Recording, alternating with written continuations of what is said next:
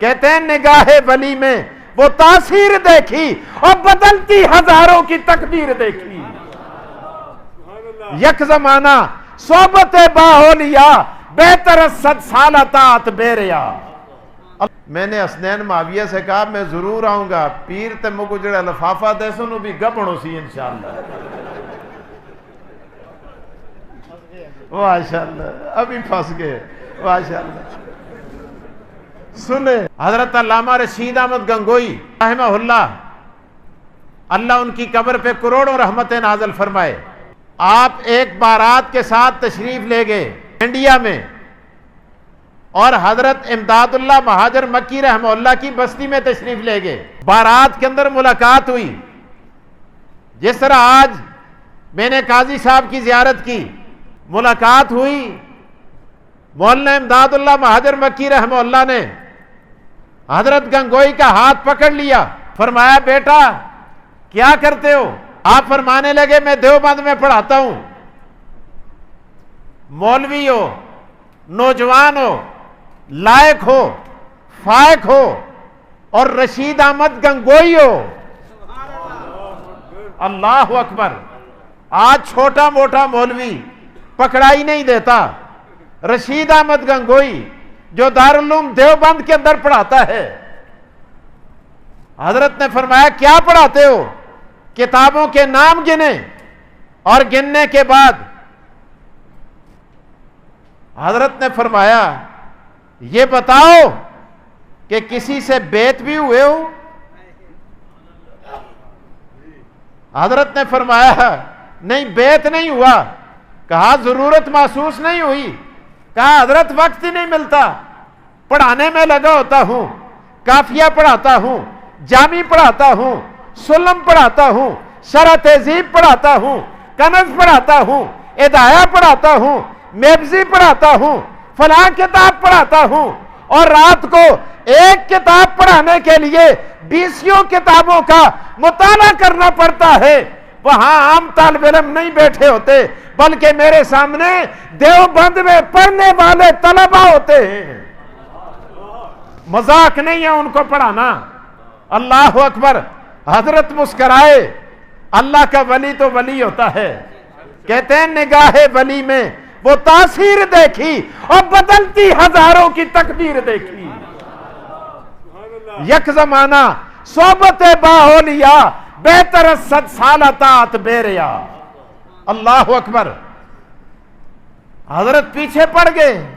مولانا امداد اللہ مہاجر مکی رحمت اللہ تعالی علیہ، حضرت نے فرمایا بتاؤ بیعت نہیں ہوتے ہو؟ کہا کس سے بیعت ہو جاؤں؟ حضرت گنگوئی خود لکھتے ہیں، کہتے ہیں حضرت نے فرمایا مجھ سے بیعت ہو جاؤ. حضرت تو بہت بڑے عالم تھے. آج بہت بڑا پیر معمولی مولوی کو بھی یہ نہیں کہتا کہ مجھ سے بیعت ہو جاؤ، بلکہ تبلیغی جماعت والے جب رائے بند سے جماعتیں نکلتی ہیں انہیں یہ ہدایات جاری کی جاتی ہیں کہ مولویوں کو دعوت تم نے نہیں دینی. حضرت امداد اللہ مہاجر مکی رحمہ اللہ فرماتے ہیں اچھا مجھ سے بیعت ہو جاؤ.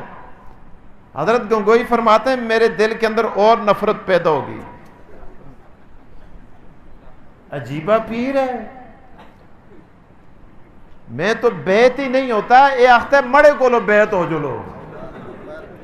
ماشاءاللہ مجھ سے بیعت ہو جا. حضرت فرماتے ہیں میرے پیچھے پڑ گئے. امداد اللہ مہاجر مکی یار میں کہہ دساں تو سکو. حضرت مجھ کو 1 گھنٹہ دیتے تھے، 1 گھنٹہ مجھے دیا ہے. میں اگر حضرت مہاجر مکی رحمہ اللہ کی فضائل بیان کرنا شروع کر دوں تو اس میں کئی گھنٹے لگ جائیں گے.